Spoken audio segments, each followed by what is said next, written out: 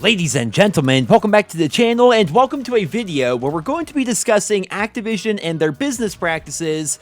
And it's actually good news. I know, I can't believe it either, but it appears that so far, the new business model for Modern Warfare is actually paying off for Activision, which means this could very well be the end of supply drops and season passes as we know them for the Call of Duty franchise. Now, to quickly recap the situation for everybody, ever since 2007, Call of Duty games have had season passes and map packs for DLC maps, which of course would cost nearly the same as the entire game itself, and they would also divide the player base up and make matchmaking very difficult. Well, ever since 2014, on top of that, every Call of Duty game has had supply drops, which would contain game-changing content and weapons that were locked behind a virtual slot machine, which was always very frustrating.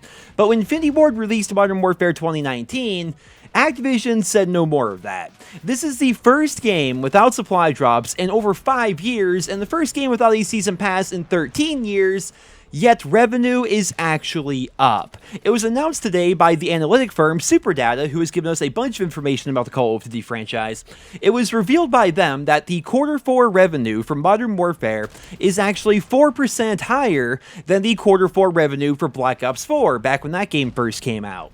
This is obviously some incredible news for the community. I've discussed it in several videos here in the channel, but the future of the Call of Duty franchise heavily relies on the success of the Battle Pass here in Modern Warfare.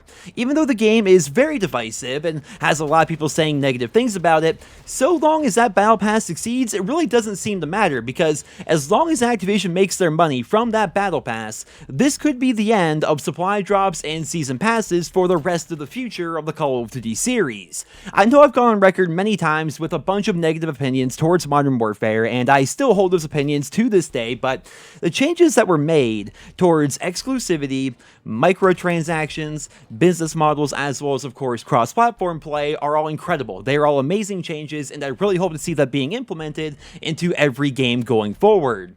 It's going to be really interesting to see what Activision says during their annual earnings report, and keep in mind, Treyarch has hinted that the changes to the Season Pass system will be implemented into Call of Duty 2020, but as of right now, that is just speculation. All we got was a simple tweet from them. We do not know for sure. We're going to have to wait and see how the coming months play out before we have a really clear indication as to what Activision has planned for the future of the franchise, and as always, I will do my best to keep you guys posted with more details as soon as that information becomes available. For right now, all we know is that Modern Warfare, despite having a way more consumer-friendly business model than the other games in the franchise, is up 4% when it comes to revenue as compared to the previous Call of Duty title, and that is definitely some great news for the community. We've been saying for years now that if Activision were to stop being so anti-consumer, that they would likely make more money because people would start spending more money on things and stop boycotting different aspects of the game, and it looks like we were actually correct. I mean, there's no $50 season pass, there's no RNG supply drop slot machines, there is some exclusivity when it comes to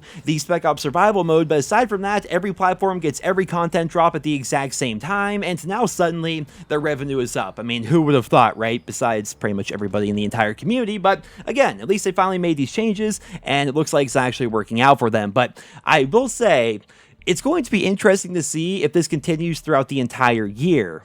Right? Because remember Black Ops 4, it started off pretty pro-consumer, like there was a couple bad things in the game, but it was pretty pro-consumer, but as the game got older, as those months went on, they started adding more weapons to supply drops, there's a lot more DLC, and Black Ops 4, just like Black Ops 3, eventually became more DLC than game, and I have to imagine they made a lot of money off of that, and I'm worried that in the months ahead, what will happen if Modern Warfare does not continue to outpace the revenue that Black Ops 4 was making? Because if that happens, it's possible that some sweeping changes could come to Modern Warfare that would really upset the community.